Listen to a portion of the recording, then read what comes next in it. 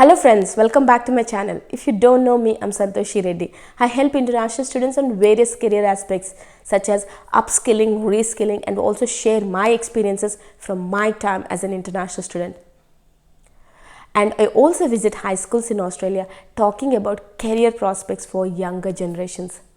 In this video, I'm going to talk about what is internal auditing and how it is different to external auditing, and what are the career prospects for internal auditors and how much do they earn, and what are the certifications they need to undertake to become a professional internal auditors, and also using this experience, can you migrate overseas? And also I'm going to talk about what are the key skills that you need to have to be a top internal auditing professional. So without any further ado, let's get back into the topic. 7 years ago, I saw a position called internal auditing, and I was like, what is this position? Let me go through the position description.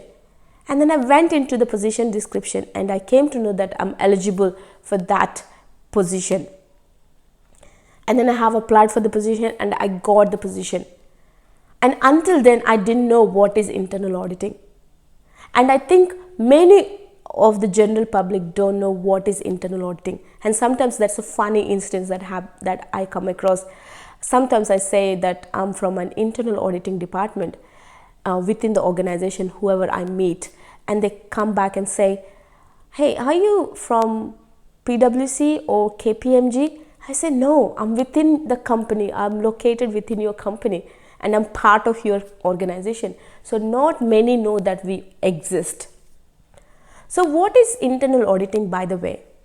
Internal auditing is an independent body within the organization reporting to the audit risk committee, which is a subcommittee to the board. And internal auditing ensures the operations of the organizations are running effectively and efficiently to meet the objectives of the organization. So that's the main purpose of internal auditing. Whereas external auditing looks and reviews the financial statements of the organization. So internal auditing undertakes number of reviews during the year, whereas the external auditing does only one annual audit on the financial statements of the organization. And external audit reports to the shareholders and the board of directors, whereas internal auditing reports to the audit risk committee, and which is a subcommittee to the board, and they administratively report to the chief executive officer. So these are the major differences between internal auditing and external auditing.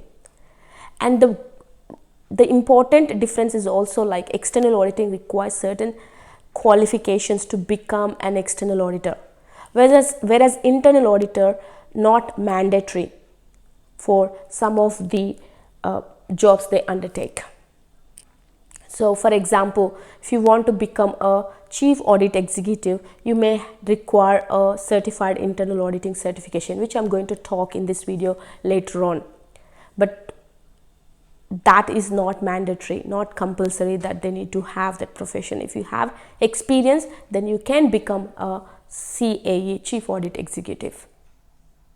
And internal auditing follows IPPF standards, which is International Professional Practice Framework standards, whereas external auditing follows the External Audit Board standards.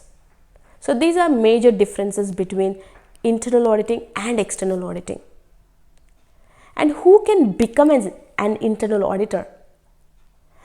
Anyone can become an internal auditor. You may be surprised. Yes, because I didn't know until I became an internal auditor that anyone can become an internal auditor.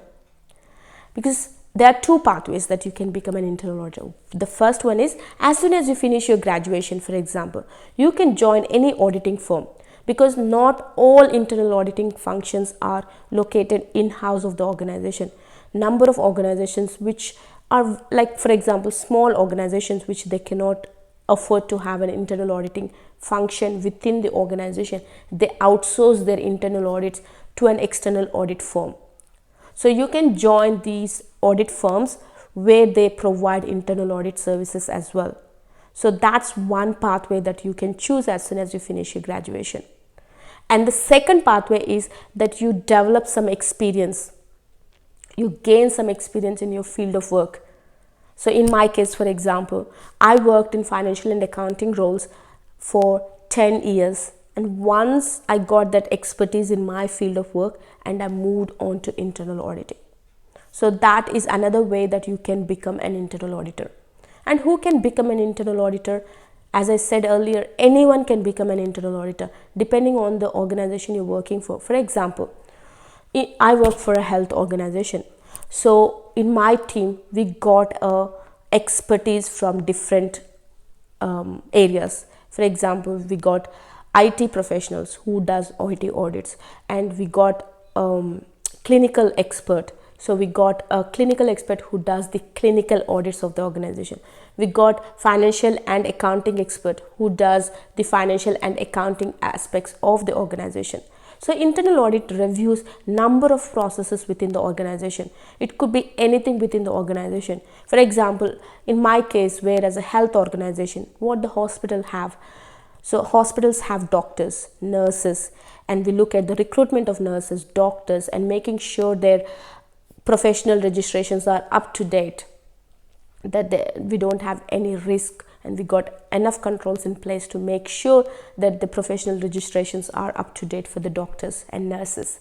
And clinical procurement, how we do the clinical procurement of goods and services, what are the controls we have in place. So this sort of things that we review every process within the organization to ensure that we have enough controls, and making sure the management, ensuring the management that the functions are working efficiently and effectively to meet the objectives of the organization.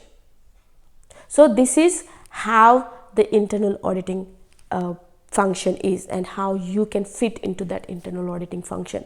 So for example, if you want to work for a civil engineering company, if you are a civil engineer, then their internal auditing function may require a person with civil engineering expertise. And if you are an IT professional and you want to work for an IT organization who looks after the controls, check the controls of the IT organization, so they may have a different organization.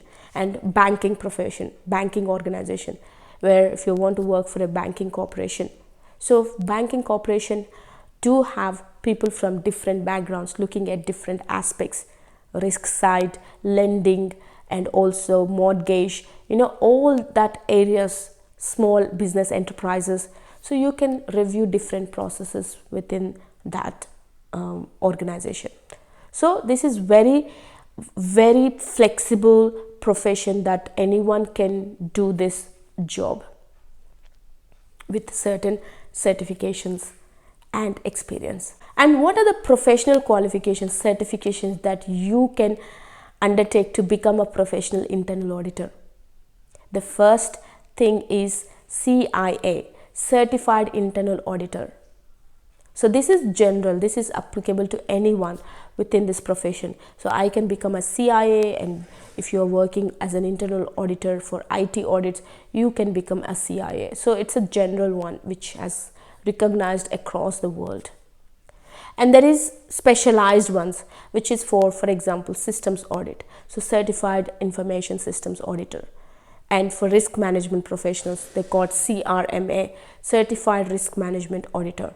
So there are some certifications that specifically cater to some specialization in this profession. So this again has got lots of sub-specializations in this profession as well. People look at the fraud investigations, people look at the risk management side of things, people look at the information systems auditor. So it's got its own specializations within this profession as well. And these certifications are offered by IIA, which is Institute of Internal Auditors, and this is located across the world. And I'm going to share the link below for you to explore on this organization and the courses it offers. And what skill sets do you think an internal auditor should possess? From my experience as an internal auditor, and I have worked with great internal auditors who has got number of years of experience what I learned from them is that they have told me 3 skills that you need to have, and I experienced while I'm gaining experience in internal auditing. The first skill is listening skills. Yes, listening skills plays a very important role that you can to undertake the audit in a professional manner. Because in listening skills, when you go to a client is the subject matter expert in their field. So you just take the information from them and analyze using controls and risk to make sure that the function is operating effectively and efficiently. So for doing this, you need to have good listening skills to understand the process first. And the second skill, which I believe is writing and communication skills, which is in other words verbal and non-verbal skills. So why this is very important? Because for writing plays a very important role in internal auditing profession. Because writing, whatever you do, you have to put on a paper. You have to write your work papers, you have to write your reports, you have to write your memos where required. So for all these, you need to have good writing skills, and which you are projecting all your work, all the controls and risks on a piece of paper, and how that function is performing. So that needs to be put on paper and then communicated to the senior management using verbal skills. So these 2 skills go hand in hand in this profession. So writing and communication skills plays a very, very important role in internal auditing profession. And the third one, which I found it very valuable and from the advice I have got from the senior auditors, data analytical skills. Yes, this is very important, and data is everything nowadays. So data gives a lot of story about that function. So for example, if I have to say, you have to say like 10 departments. What are the 10 departments that consumes this product, for example, a particular product? You don't need to go to 10 departments and ask how much they order each day. You can just go into the system and pull out the data and undertake that analysis, and you would be able to find it. What are the 10 departments that are using this product? So data analytics plays a very important role, and it avoids a lot of work as well for internal auditors. So these are the 3 skill sets that I believe that very important for internal auditors.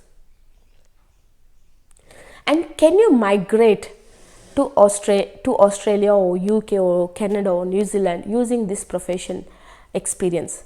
Yes, you can. When you look at Australia and New Zealand, the internal auditing profession is on demand for the last 15 to 16 years. So you can imagine how internal auditors are required overseas.